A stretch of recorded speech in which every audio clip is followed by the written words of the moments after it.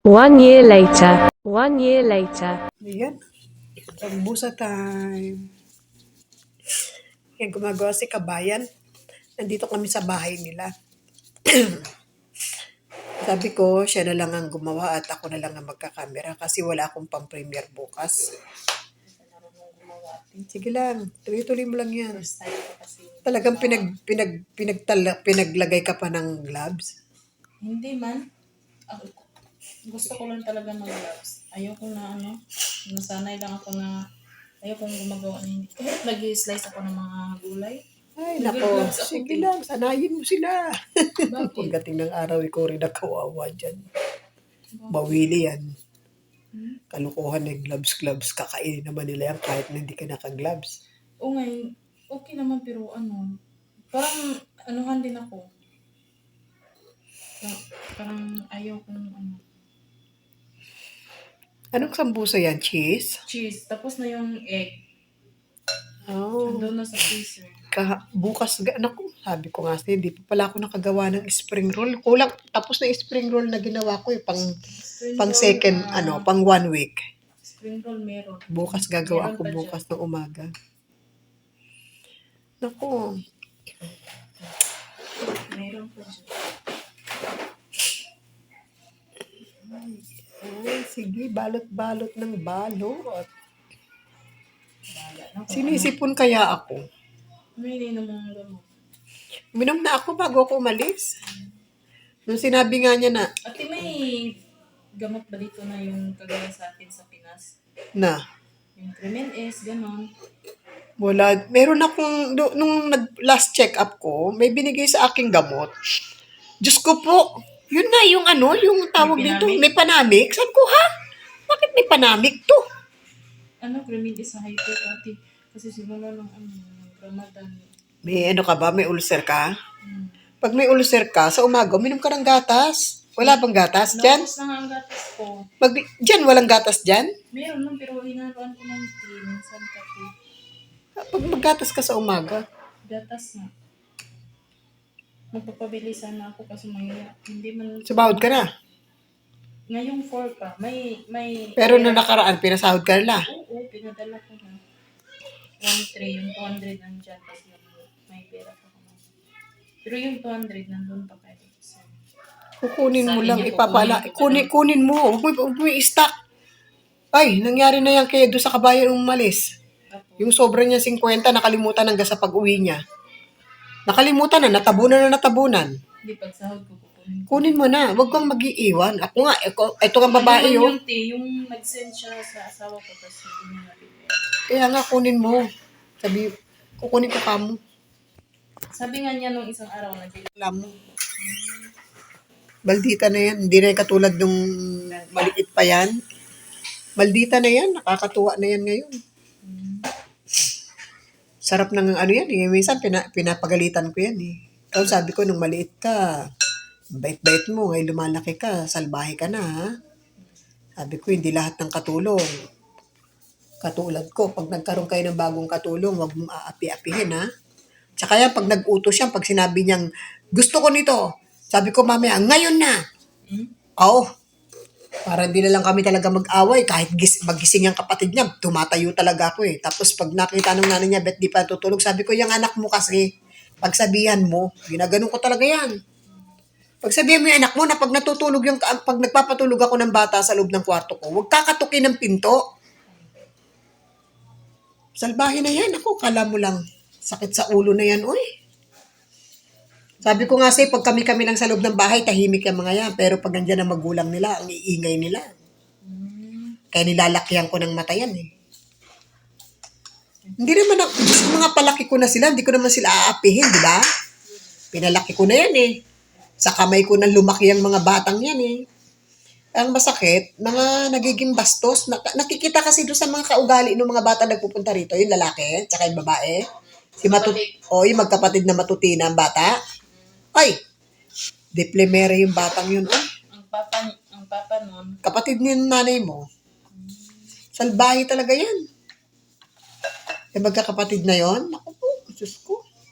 silang magkapatid ba sila? Dami nun, 8. Ay, sila Ay, yung magkakapatid na ito, 8 ata, pero merong may namatay. Dalawa na yung namatay, tapos meron ata yung nakunan, sabi ng nanay. Marami magkakapatid dyan. Sila madam. Hmm. Pero Marami. nandito lang, yung ano mo, si madam. Hindi pag nandito, Ulit pala. yung lalaki. Yung nanay mo, tsaka yung amo ko, yung lalaki. Tapos meron yung panganay. Bakit palagi lang pupunta dito yung amo mo? Hindi naman, ito lang naman amo ko ang ang close niyang halos eh.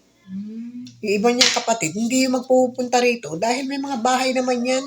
Bukod tangi dito sa bunso niya, bunso nila yan kasi. Ang ano? Yung alaga ko, amo ko.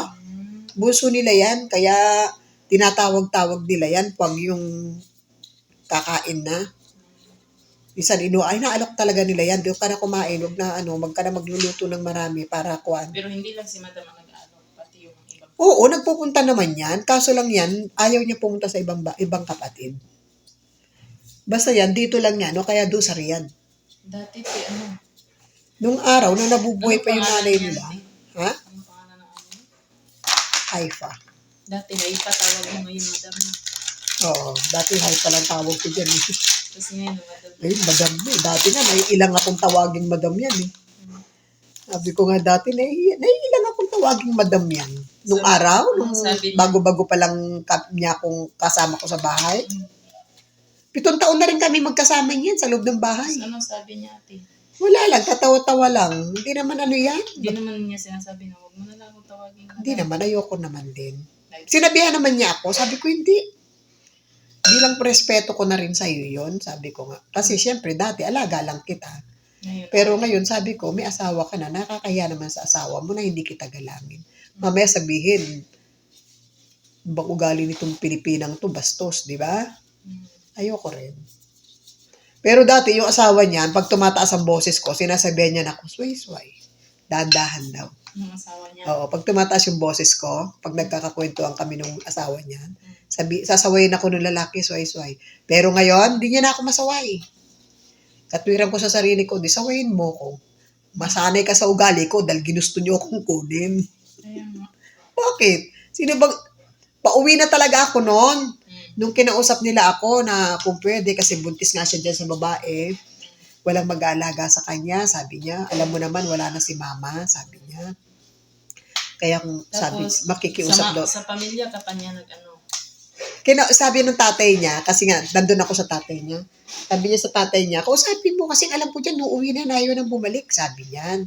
Sabi ng tatay, kausapin mo. Ngayon, kung papayag, di salamat. Kung hindi papayag, malas mo, sabi niya. Sabi ko, nung kinausap niya ako, sabi ko, pag-isipan ko muna ha, pigyan mo lang muna ako kahit 1 linggo. Tapos yun, nung pagkalipas na 1 linggo, dahil babalik na siya sa Sharura. Doon kasi nagtuturo yan, doon sa pinakadulo ng Saudi. Kapitbahay ng ibang lahi. Kalahi din nila, pero ibang bansa na. Tapos, doon kasi tinapon yan ang mga tao nun kasi mga mamno, mga tanga, mga something na, mga hindi pa sibilisado. Parang sa atin bundok. Ganon. O ngayon, nung sinabihan niya ako na inulit-ulit niya sa akin, sabi ko, kailan ka pa babalik sa Sharura? Sabi niya, siguro 1 month, 2 weeks from now, sabi niya. Sabi ko, sige madam. But how about my vacation this coming December? Sabi ko nga. Tapos sabi niya, no problem, we'll come back here. Sabi niya, and then you go in Philippines and then you come back ha, sabi niya sa akin. O yun, natapos kami doon. And don't worry, your salary, I will give your salary. Sabi niya, I will high your salary. Tinaasan nga, 100. Ay, naku. 100 lang. Ay, naku, ganyan sila, oy. Tignan mo nga pagdating na Eid ng Ramadan, 10 riyal lang ibibigay sa'yo. Ganun ba? Ay, naku, Diyos ko, halap lang. Tiis lang kasi siyempre hanap naman natin trabaho di ba? Mother's Day pala nung ate, no? Sabi niya, pinaliwanag niya, sabi ko, hindi madam, sa May pa sa Pilipinas, sabi ko. Sabi niya, Nag-search talaga ako. nag-search din siya. Sinearch din niya, sabi niya, sa Amerika, sabi niya, May, sabi niya. So, doon kayo sumabay, sabi niya. Pero sabi niya, all of international Mother's Day, sabi niya, all over today, sabi niya. Yun nga yung nakaraang araw. 21. 21. Sabi ko, ay, ganun ba? Sabi ko, tinignan pa talaga niya uli sa Google para maniwala ako. Ako, sinatch ko talaga. Sabi ko, Saka ako nag-post. Tapos yun, binati ko siya nung nandito na siya.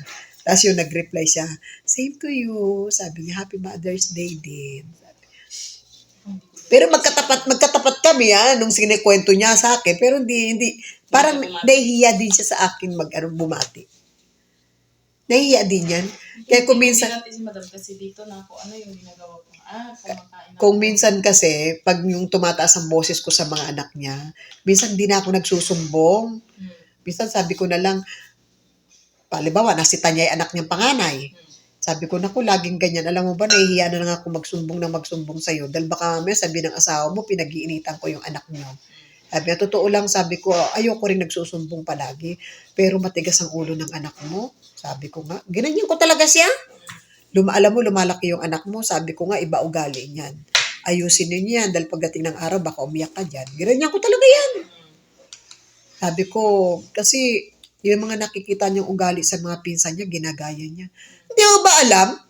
Yung Hershey namin na bagong bili, yung chocolate na liquid, Hershey, tinapon sa basurahan. At ang sabi daw niya, expire na raw. Kabibili lang. Sino nagtapon? Yung batang lalaki. Tapos pati yung yung pangpalaman, panghalo sa salad, tinapon din niya. Buti ka mo, lumingon ako sa basurahan. Sabi ko, ba't nasa basurahan to? Tapos hindi ko pa kagad sinabi sa nanay. Kinabukasan pagdating niya galing sa school, tsaka ko lang sinabi. Sabi niya, mali, gante. Pinagalitan niya anak niya. Sabi ko, alam mo yun, grabe na talaga. Sabi ko nga. Tapos nakita niya, yung lighter, kinuha doon sa kwarto ng nanay niya. Sinindi-sindi doon sa tinapay. Di nasunog yung tinapay. Diyos ko po. Isang balot sa tinapay, pinaglaruan. Ganun kagrabe. Ay, naku, ako ay nakipagmaritesan na. Ayan, maraming salamat sa inyong lahat. Ayan, natapos ang aking pang-premiere for tomorrow. Ayan, pasensya na kung ano may narinig ninyo, maritisan to. Second time ko uling nakita si Kabayan. Ayan, hello. Sabi niya, ate, wag mo kong kunan pero kinunan ko siya. Di bali last na Huwag kang mahiya. Pag nandito ka sa social media, pakapala ng mukha. Kaya mega shoutout sa inyong lahat, Team Kuruda, kay Ma'am Ana, at sa lahat ng admin at member. Team One Love. Yeah, mega love shoutout pa. B-Boy, RMG, Kichilin, at syempre kay Pretty Mayang, kay Hombre, at sa inyong lahat dyan. At syempre sa aking kaibigan, Jen Cruzada, Kabsatlani Wonder Woman, Koos Family at si Kaysar ABM. At siyempre, sa aking Anas Mini Farm. Mega love shoutout po sa inyo lang. Bye-bye for now. See you again sa susunod ko pang mga video. Bye-bye!